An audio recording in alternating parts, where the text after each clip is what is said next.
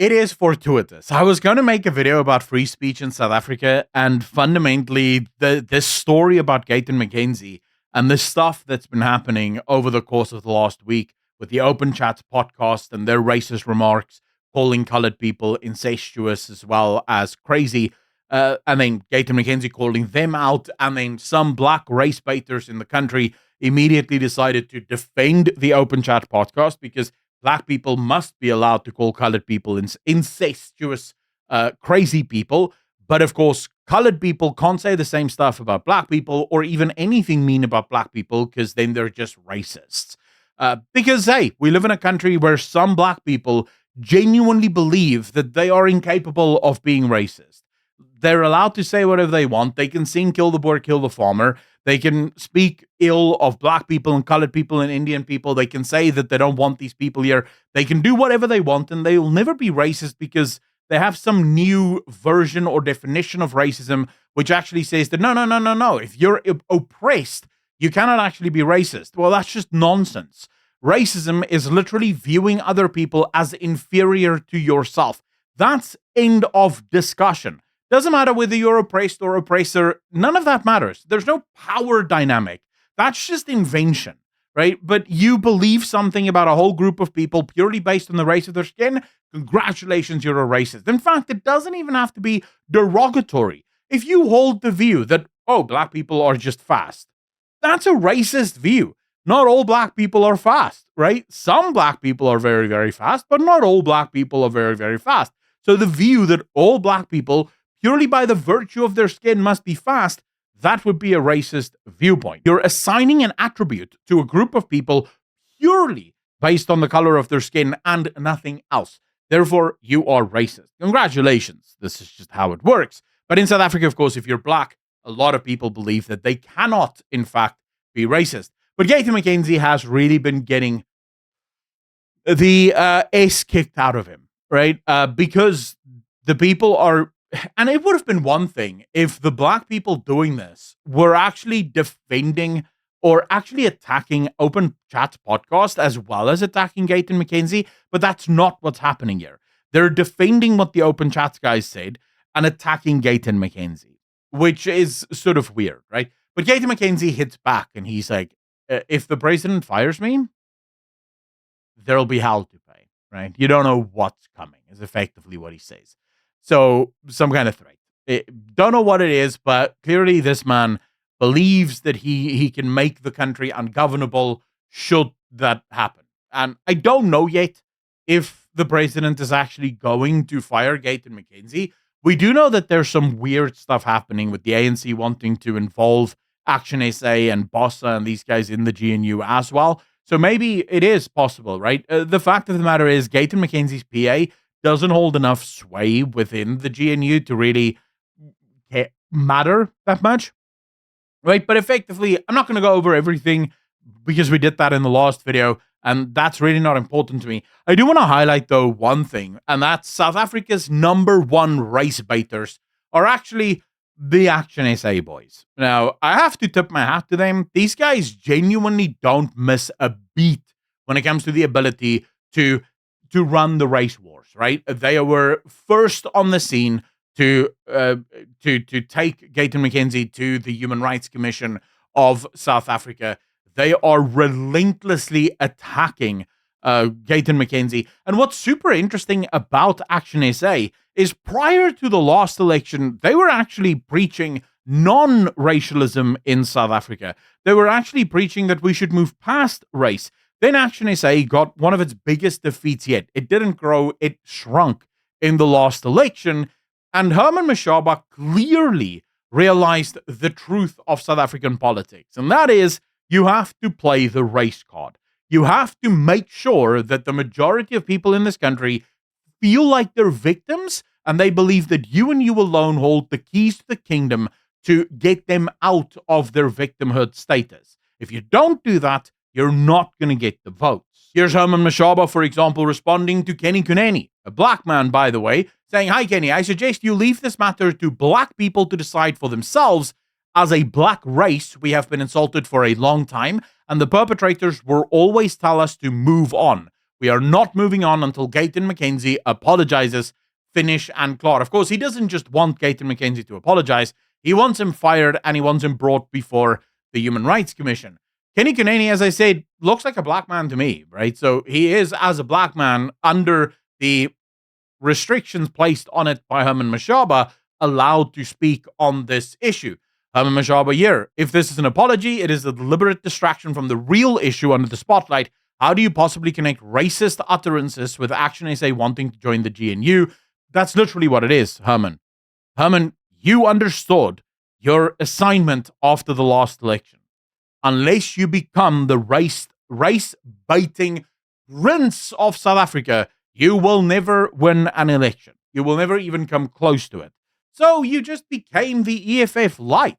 You just need to start singing Kill the Boer, Kill the Farmer, and you'll be off to the races, my friend. This is Herman again, just making everything about race. Like, this dude doesn't miss a beat, right? As soon as something happens, it becomes racism. That's just how it is. This is him accusing Dean McPherson, the minister in the of the DA, of being a racist because he insulted black people, unprovoked, by the way. But if you actually look at the story, you realize that Mr. McPherson wasn't insulting black people. He was insulting supporters of ActionSA that happened to be black. But their skin color never even comes up in what he's talking about. He uses the word faras or faras to refer to them, which in South Africa simply means hobos, right? It means people who had nothing better to do, and they were shipped to this protest by ActionSA. And he actually mentions that when you ask these people, why are you here? Which party do you actually support? They say they don't know, right? They're just here because, here you go. When you ask which party they belong to, they said Angazi. I don't know. I am just here for one meal and one drink, and they were here for just singing and dancing. So that's what he's referring to. This has nothing to do with their race. They happen to be black, but them being black is not what he's referring to. He's trying to make the case that ActionSA is paying people in order to make it look like ActionSA is standing up for the rights of individuals. And I will just say, there is a growing trend in South Africa currently where there's a couple of political parties, I believe, that are paying for social media engagement. I firmly believe that this is happening for the EFF. I firmly believe that this is happening for ActionSA and definitely for the DA.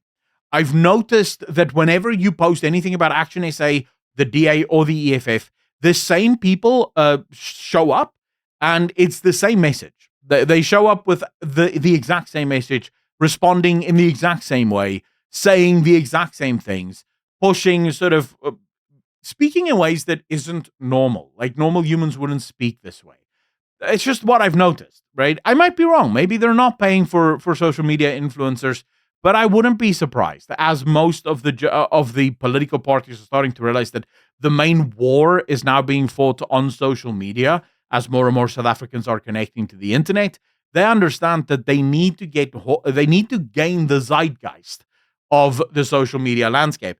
But okay, so let's quickly talk about my views on free speech. In my last video, I made the point, right, that I don't care whether you want to sing Kill the Boer, Kill the Farmer, as long as there's consistency. If you can sing racist songs, everyone else should be allowed to say and do racist things as well. And some of you immediately said, hold on, Stefan, I do not agree with that, because that song is incitement to violence, and that isn't protected under free speech. Well, I would say what we have here is an ideological divide, right? I am a free speech absolutist, which means I don't believe in any restrictions placed on free speech. And the reason for it is I believe that the law should only ever be implemented if it actually solves a problem. So, for example, when someone sings the song Kill the Boer, Kill the Farmer, the song is what you see outwardly. But the song is only testament of what is in their hearts. In their hearts, they hate white people. They want to kill white people. Therefore, they sing a song about killing white people. Banning the song does not remove the hatred within their hearts. It doesn't mean that they suddenly stop hating white people. It simply means that they no longer say it. They say it in private. They say it to their friends. They sing the song when no one's listening, but they no longer do it in public. And my problem with that is it now becomes impossible for me to know who the racists are. They're still there. The law has not fixed the problem. The law has simply hidden the problem so that now we feel a little better because we no longer have to hear the song, but we're not solving the actual issue. And so that's why I am a free speech absolutist, because I don't think banning a song removes the origins of that song or changes the heart of that song.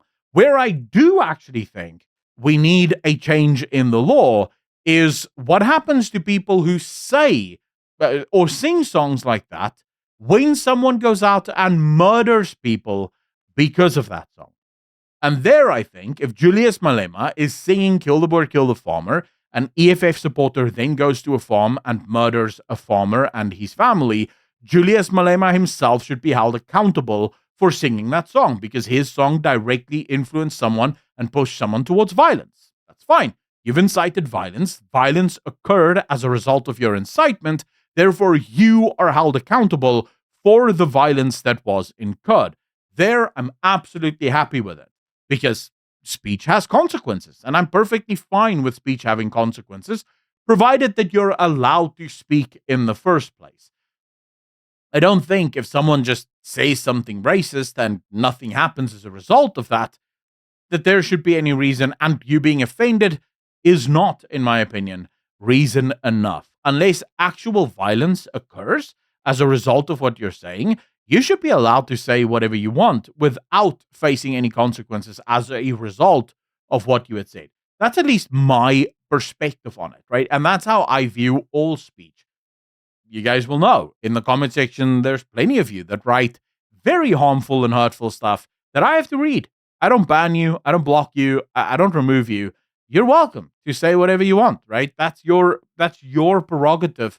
That's your freedom of speech. And I allow it because I think it's better for people to know what is being said, what is happening, compared to not knowing and therefore living your entire life in this blissful ignorance while the world around you burns to the ground. That's just my opinion. But maybe you have a different opinion. Maybe you think, no, Akalon, I don't think you understand. In which case, I'd love to read the retorts to this because it is an open debate. This is ideological, and ideologically, everyone is going to have their own opinions on this. So let me know in the comment section down below, also because it does help the algorithm. If you enjoy what I do, you like the videos that I put together, please consider hitting that like button, hitting that subscribe button. And of course, as always, thank you so much to all of the patrons and the YouTube channel members for allowing me to continue doing what I do. Hopefully you find value in what I do. And as always, if you want to join, just hit the link in the description down below or click the join button right below this video. And I'll see all of you in the next one. Peace.